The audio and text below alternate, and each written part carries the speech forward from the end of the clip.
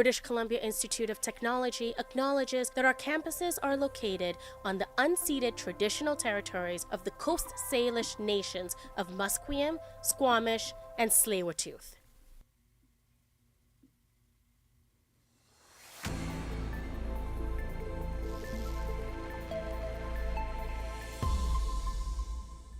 Good afternoon. My name is Jacob Fraser, and this is your 2 o'clock news update. A tribal council representing 14 First Nations along Vancouver Island's west coast is declaring a state of emergency due to the opioid crisis. Council members say this is killing their members and leaving others with mental health struggles. They also say not enough is being done, and the nations are asking for help from governments and health authorities. Figures from the First Nations Health Authority show Indigenous people died from drug poisoning at more than 6 times the rate of other BC residents last year. In other health news, British Columbia Health Minister Adrian Dix says minimum nurse-to-patient ratios are expected to expand this fall. Dix says these ratios are meant to improve and strengthen the healthcare system. He says the nurse-to-patient ratios have been determined for more hospital settings, including emergency departments, maternity units, and operating rooms. This is part of a 4-year government plan announced last March with a target of hiring more than 8,000 nurses.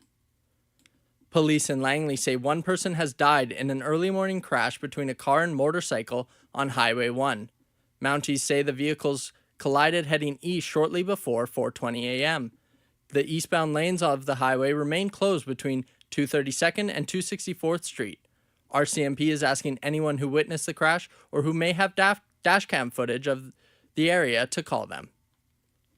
The mayor of Fort Saskatchewan, Alberta, Gail Katcher, has apologized for reflecting on inhumane solutions to control large feral cat numbers. Katcher's comments were made at a committee meeting this week outlining how to control feral cat populations.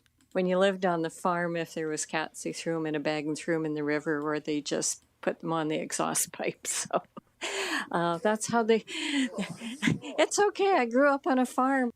Animal rights advocates have denounced Katcher's words as cruel and outdated. Katcher now says she plans to make sure the city's approach is humane and responsible. Pablo Rodriguez has resigned as Canada's transport minister and the government's Quebec lieutenant, so he can run for leadership of the provincial Liberal Party.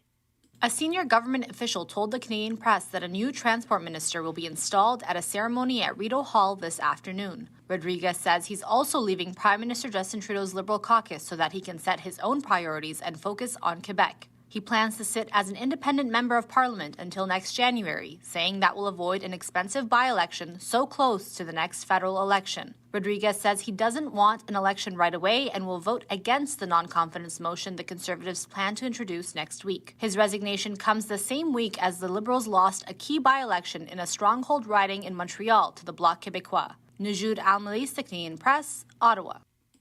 New Brunswick Premier Blaine Higgs has called an election for October 21st. The 33-day campaign is expected to focus on pocketbook issues and the government's approach to gender identity policies.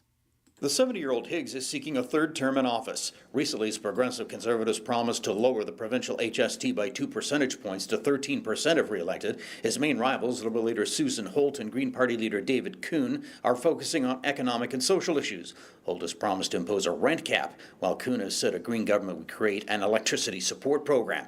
At dissolution, the Conservatives held 25 seats in the 49-seat legislature. The Liberals held 16, the Greens had 3, and there was 1 independent and 4 vacancies. Keith Doucette, the Canadian Press. A massive flood wave moving through Central Europe is threatening new areas and raising concerns among residents and officials. Heavy rains have also caused flooding and the evacuation of some 1,000 residents in northern Italy's region of Emilia-Romagna. The death toll is rising in Central Europe as receding waters reveal the extent of the destruction. The overall death toll in the affected countries, which include Czech Republic, Poland and Romania, as well as Austria, has reached at least 24, as European Union Chief Ursula von der Leyen expects to visit the region. I'm Karen Shamas. That has been your 2 o'clock news update. I'm Jacob Fraser for BCIT's The Crow. Stay tuned for more on BCIT's 1680 The Crow. This is 1680 The Crow, and you're listening to our feature presentation.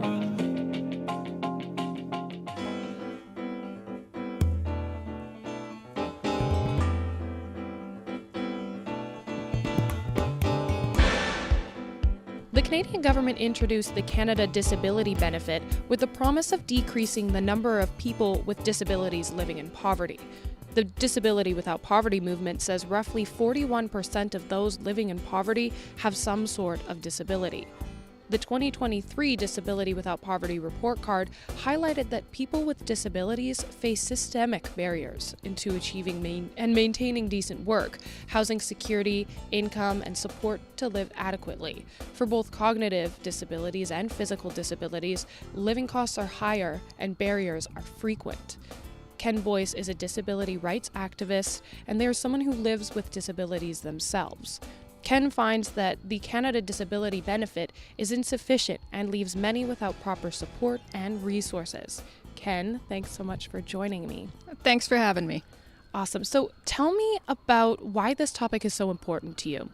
So as someone who has disabilities, I realized very quickly when I first got ill and then over the periods of being diagnosed that there isn't many resources for disabled people in Canada at all, and we're very much still seen as second-class citizens.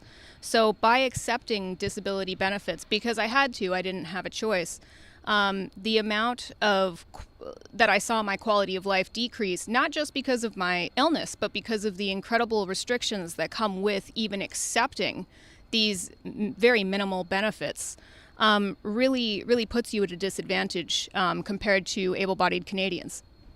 Mm-hmm. So the Disability Without Poverty movement evaluated the Canadian government to, quote, performance towards people with disabilities and poverty, and they responded by giving them the letter grade of I for incomplete. What's your response to a grade like that? Do you think it's accurate? Yes, I think it's extremely accurate. Disabled people in Canada, we are in the poorest 5% of Canadians. And one thing that I tell people is that we live in essentially what is legislated poverty. Because to receive roughly about $17,800 a year is the maximum benefit you can get as a single individual, which won't even cover rent for a one-bedroom apartment in Canada.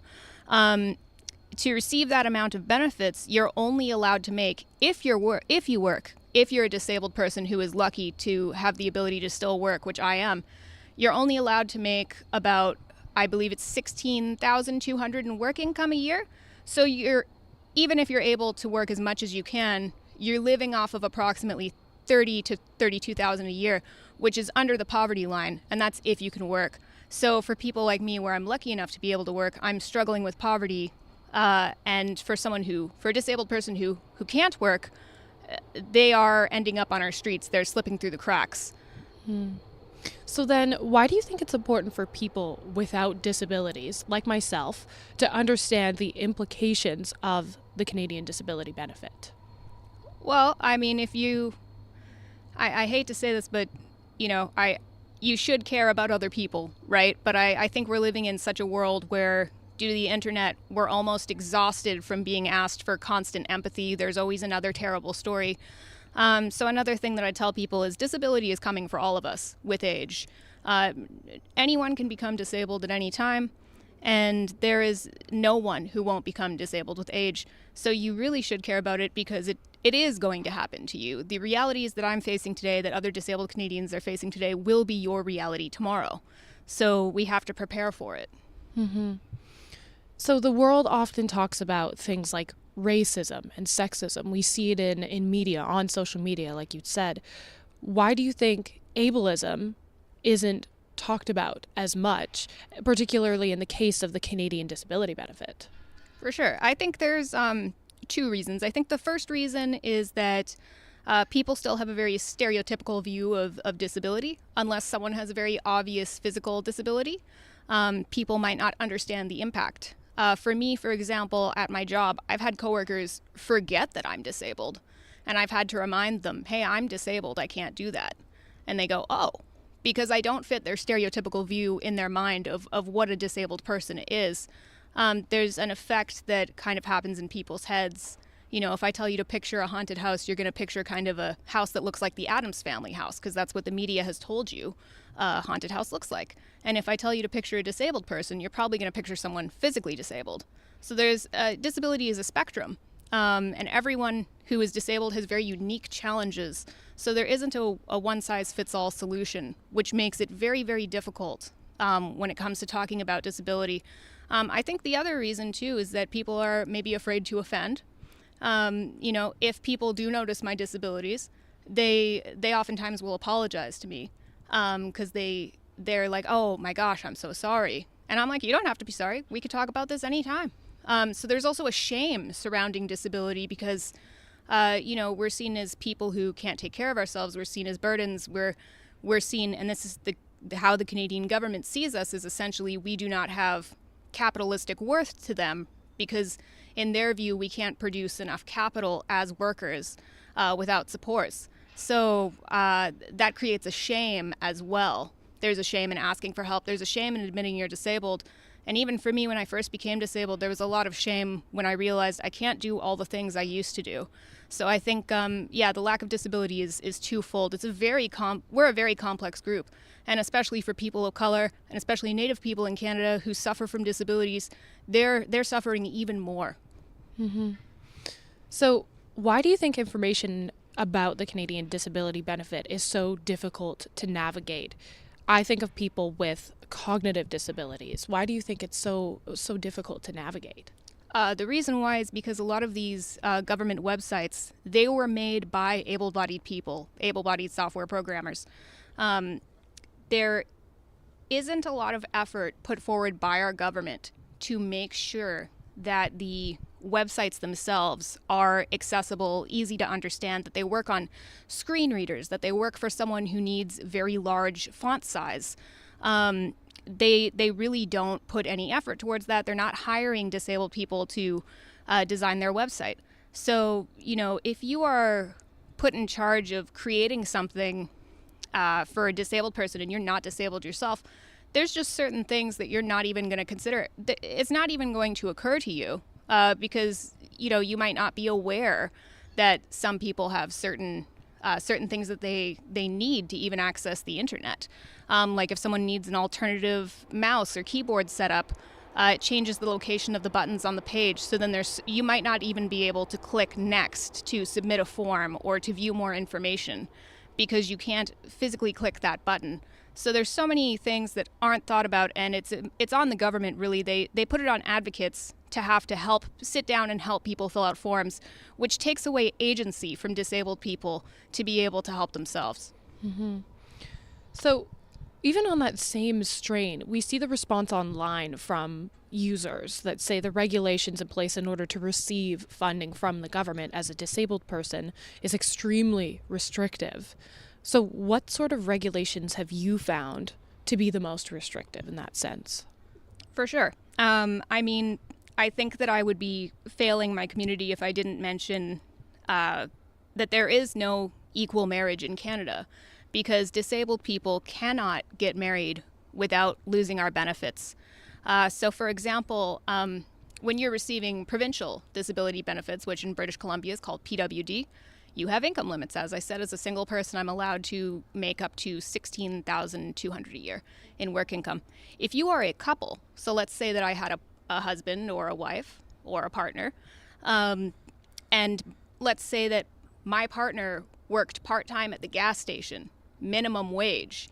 If they make, I believe it's $19,400, if they make over that, then I lose my benefits. It starts every dollar that goes over, they decrease $1 from my benefits. So you wouldn't have to work much as part of a couple to hit that threshold. Like I said, you could work part-time at a gas station and hit it. So do you think you'd be able to support a family of two on a gas station income, especially if your partner was disabled? Disabled people have higher living costs, we have medical costs, we have higher transportation costs, etc. So really, it puts us in a position where we cannot get married or else we will lose our benefits. Another issue on top of this is for people who do have a spouse who can support them, and they lose their benefits completely, but maybe the spouse is well off enough that they can support them. It traps the disabled person possibly in abusive or unsafe situations, because if my partner is abusive but they're completely supporting me financially, I cannot leave. So, the government's really failed Canadians on that, so I tell people all the time, there is no equal marriage in Canada. Other things that are incredibly restrictive have to do with this new benefit, the Canadian disability benefit. They trapped it behind the restrictor of needing a disability tax credit. Disability tax credit is extremely difficult to apply for and get approved for. It's a very long process. It costs about $200 to get a doctor to even fill out the forms, which is a lot of money for a disabled person on assistance. And then on top of that, you need a doctor who's educated on how to fill out these forms properly. Because if your doctor doesn't have experience filling out these forms, you're likely to be denied, as well as you need access to a family doctor, which many disabled people don't have, many Canadians don't have. So there's so many barriers to even accessing this new benefit on top of the barriers and restrictions that come with having PWD. And I think the government has really failed in making any sort of benefit accessible. They come with so many restrictions and so much red tape that when you take the benefit, you're almost stepping into a bear trap that's slowly closing around you, because there is so many restrictions and so many rules that come with it that it limits everything you can do. Well, thank you so much for joining me today, Ken. I really appreciate you taking the time to explain this to me to learn a little bit more. Oh, for sure. Thanks so much for having me. I appreciate it. Of course. So Ken will continue to advocate through education and posts on social media in hopes that the conversations around disability continue. This has been For the Record. I'm Sophie Hansen for BCIT's The Crow.